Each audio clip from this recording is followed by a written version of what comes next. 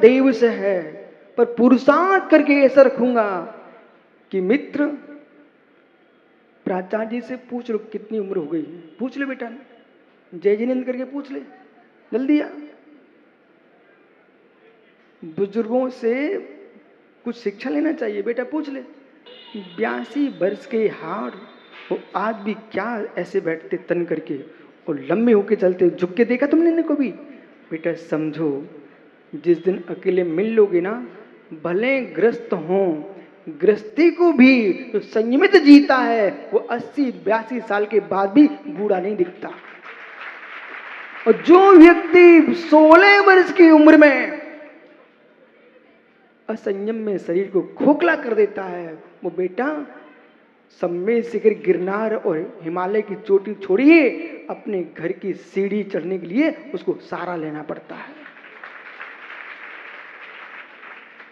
ये पंडित जी की प्रशंसा नहीं है, ये प्रशंसा मैं इस बात की कर रहा हूं, यदि आपने अपने आप को जीवन में सात्विक भोजन, सात्विक विचार और सात्विक जीवन जिया है, तो मित्र यमराज को भी सोचना पड़ता है, इसे घर में अकाल में नहीं जा सकते हम। संयम पर सुरनाथ जजे हैं। जितने युवा बैठे बेटा, 82 साल में भी यदि ऐसे जीना हो तो आज से ही अपने भीतर के सारे दुर्गुणों को फेंक देना। कैसे? इधर देख, कैसे? जितने बच्चे बैठे जरा खड़ा होना, जल्दी जल्दी जल्दी खड़े हो।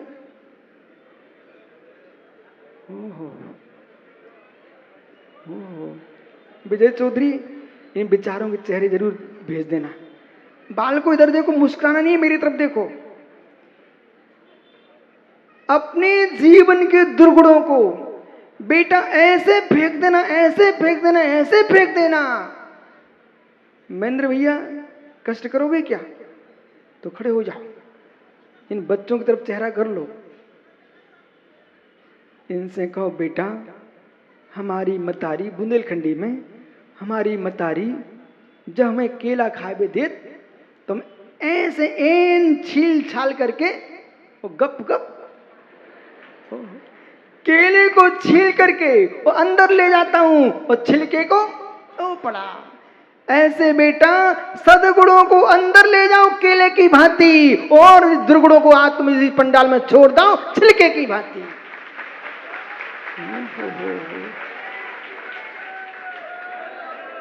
ये सारे बच्चे आज दीक्षा ले रहे हैं अपने जीवन में। समझो एक प्रकार की दीक्षा नहीं थी, कितने प्रकार की दीक्षा होती है बेटा। जीवन में मदरा का पान नहीं करना, बीड़ी सिगरेट तंबाकू गुटखा मांस इत्यादि अशुद्ध द्रव्यों का सेवन नहीं करेंगे। 9 बार नमोकार पढ़ लो, पढ़ लो जल्दी जल्दी। ज्ञानी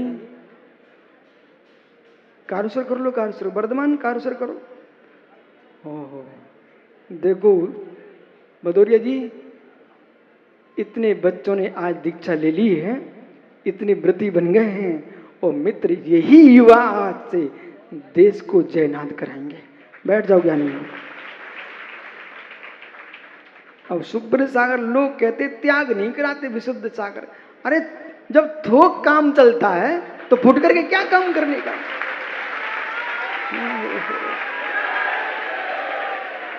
मुझे तो आश्चर्य लगता है कि कैसे लोग बोलते त्याग नहीं कराते। उनको मालूम होना चाहिए ये थोक विक्रेता है, तुम फुट करके बैठे हो। आइए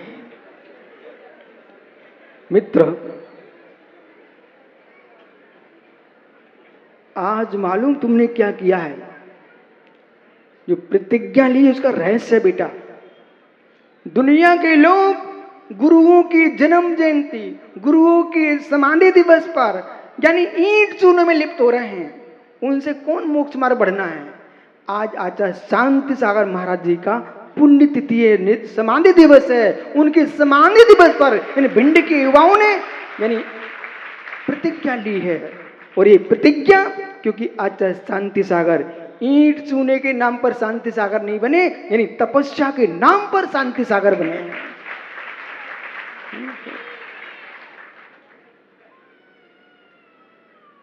इधर मंच के युवाओं से मिलो, मंच पर भी वही तो बैठे ना।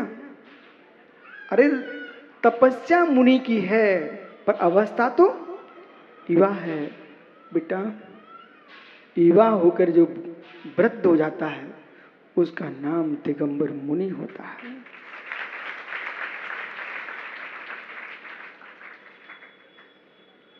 इस देश में 3 ऐसे साधक हुए, आचार्य आदि सागर, आचार्य शांति सागर दक्षिण, आचार्य शांति सागर छाणी। देश में जितने भी मुनि आज हैं ये 3 आचार्यों की ही परंपरा है। ये 3 आचार्यों के ही शिष्य शिष्याएं पूरे देश में विचरण कर रहे हैं। क्या नहीं, ऐसा सूर्य का उदय हुआ जब भारत की वसुंधरा पर, यानी मुनियों का विचरण एक नियत स्थान पर हो चुका था।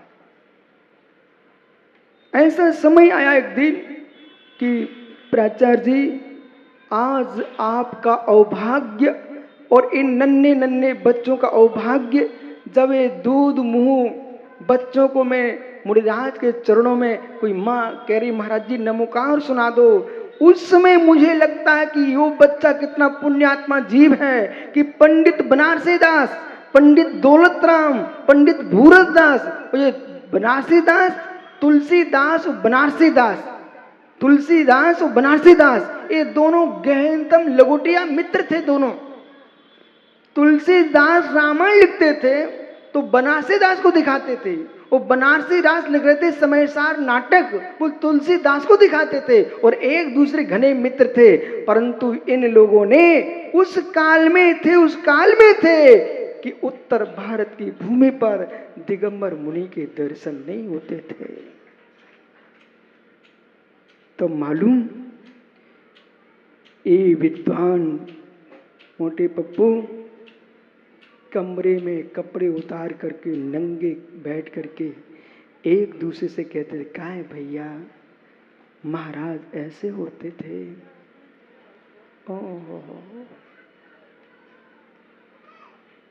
तब वे लिख के गए हैं, ते गुरु मेरे उर्वसों, ते गुरु मेरे उर्वसों, बे गुरु मेरे उर्वसें, जो धन धान परिग्रह से शून्य है।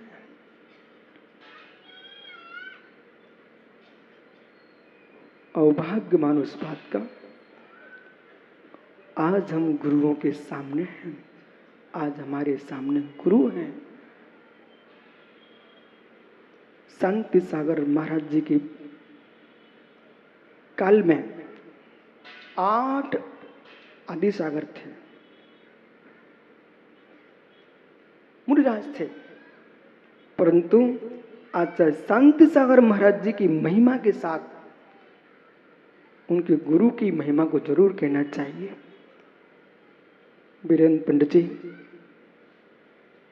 ऐसा गुरु जिसने अपने शिष्य को दीक्षा दी, भट्टागर देवेंद्र कीर्ति ने, और दीक्षा के उपरांत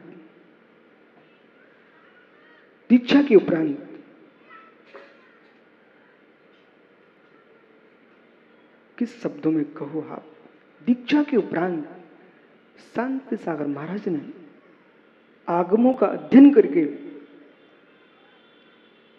अपनी चर्या को प्रशस्त किया। जब समय चल रहा था कि मुनि के आहार हों तो भट्टारक के लिए सिक्का देना पड़ता था, जहां भट्टारक जी भेजेंगे वहीं आहार होंगे। शांति सागर ने उसको स्वीकार नहीं किया। जो अपने आप को शांति सागरी परंपरा का कह करके ये कहते हैं मैं शांति सागरी परंपरा का हूं, उनकी परंपरा का नाम लेने से तुम परंपरा के नहीं हो पाओगे, उनकी साधना की परंपरा को पालना पड़ेगा। आचार्य शांति सागर महाराज ने मित्र अपने आहार के बाद कहीं पैसा नहीं मांगा, उन्हें यूं कहा कि जहां 11 लाख मिलेंगे, 10 लाख मिलेंगे, करोड़ मिलेंगे, 1000 मिलेंगे, वहीं मेरा आहार होगा। अच्छा, शांति सागर महाराज ने मित्र इस बात का चर्या से विरोध कर दिया कि जब सिक्का लेके आने का वो लेके नहीं पहुंचे। तब उनके लिए पूछा गया, कुछ लिया? मिला नहीं। बोले नहीं, ये मार्ग नहीं है। कई दिन तक लोगों को विधि पता नहीं थी, भूल चुके थे। रोटी नहीं ली तो लोगों ने कहा आपका रोटी का त्याग है क्या? बोले भाई दिगंबर मुनि हैं, यथा लब्ध आहार करते हैं। यथा लब्ध मतलब जैसा जिसने दे दिया अपने हाथ से, मतलब इतने स्वतंत्र, जगत से दूर और इतने पराधीन। मेरे मित्र प्राचार्य जी, आप तो थाली पे उठा के अच्छे से भोजन करके आ जाएंगे, पर ये मुनिराज तो अपने कर पात्री हाथों में वो भी काल खड़े होकर के आहार ले रहे हैं और भूत व्यंतरों जैसे हूं भी नहीं करते हैं, संकेत भी नहीं करते ये दे दो ये ले दो, बस शांति से खड़े हैं। श्रावक के मस्तिष्क में जो चल रहा है वो ले रहे हैं। श्रावक के मस्तिष्क में जो चल रहा है वो ले रहे हैं। महाराज ने क्या कहा, तुमने कभी दिया नहीं रोटी, इसलिए हमने लिया नहीं रोटी।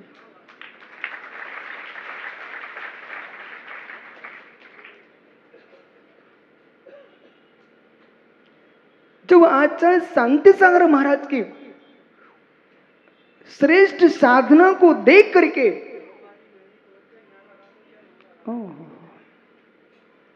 एक बार उनके गुरु को प्रणाम करो इस बात पर,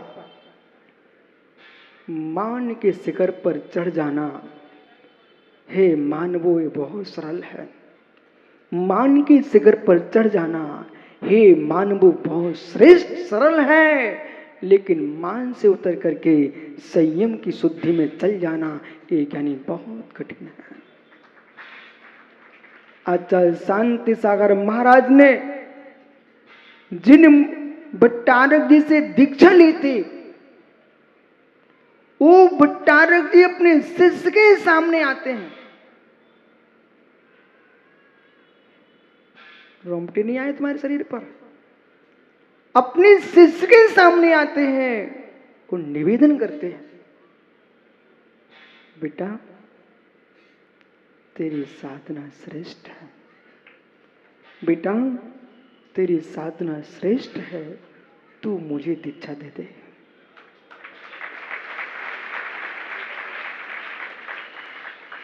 हो बेटा तेरी साधना श्रेष्ठ है, तू मुझे अपना शिष्य बना ले, और तेरा शिष्य बन के अब मैं समाधि करना चाहता। अपने दोषों को कौन कहने की ताकत रखता है, वो भी अपने शिष्य के सामने। प्रतिकरण पाठ कर लेना अलग विषय है और प्रतिकरण करना अलग विषय है। प्रतिकरण पाठ तो लिखा प्राकृत संस्कृत भाषा में, तुम पढ़ के भगवान के सामने आ जाओगे, लेकिन अंदर का प्रतिकरण क्या है? प्रतिकरण का समझते भौरिया जी, प्रतिकरण का मतलब इतना होता है जैसे कि भिंड सिटी है ना आपकी, इसमें किसी ने रोड पे आके दुकान बना ली, रोड पे आके मड़िया बना ली, रोड पे आकर के अपना कमरा बना के बैठ गए, तो फिर होता है भारत सरकार का अतिक्रमण हटाओ। समझ गए ना? अतिक्रमण हटाओ। फिर बिल्डोजर चलता ना, क्यों चला? अनधिकृत भूमि पर अधिकार किया है आपने, अनधिकृत चेष्टा की है, उसका अतिक्रमण हटाया जाता है। ऐसे साधना में तुमने कोई अतिक्रमण कर लिया हो, यानी उसका होता प्रतिक्रमण। इसका नाम है प्रतिक्रमण। भूत में किए अपराधों का शोधन करना, इसका नाम है प्रतिक्रमण। हर व्यक्ति को प्रतिक्रमण करना चाहिए, हर व्यक्ति को प्रतिक्रमण करना चाहिए। बेटा कुछ नहीं हो तो कम से कम तुम विदेशी भाषा बोलते सॉरी सॉरी सॉरी, अरे ज्ञानी अपनी भाषा बोलो ना। तस्मिच्छामि दुक्कडम, तस्मिच्छामि बोलो, तस्मिच्छामि दुक्कडम। फिर से बोलो, जोर से बोलो। हे प्रभु, जो भी मेरे से दोष हुआ हो वो मेरा दुष्कर्म मिथ्या हो, मेरा दुष्कर्म मिथ्या हो, ऐसे अंतरंग की विशुद्धि है, इसका नाम है प्रतिक्रमण। धन्य हो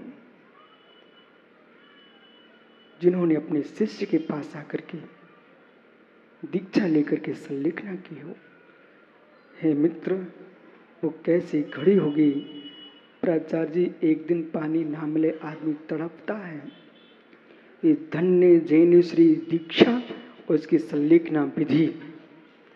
विनोबा भावे ने पूरी कोशिश की, उन्होंने अपने सारे लोगों से बोल दिया था, अंतिम समय मुझे जैन समाधि करना है। विनोबा भावे ने अपने पूरे शिष्य मंडली से, इसी वर्ष हम लोग गए थे उनके आश्रम, इसी वर्ष गए ना सुब्रसाक, हरदा ना, बरधा में उनके आश्रम में हम लोग गए हुए थे। तो वो जैन दर्शन से बहुत प्रभावित थे और उन्होंने अपने आश्रम में भगवान महावीर स्वामी की प्रतिमा को स्थापित किए। तो लोगों ने पूछा, आप ये प्रतिमा क्यों स्थापित कर रहे हो? बोले, भाई मैं जिया हूं कृष्ण में, पर मरना चाहता हूं महावीर में।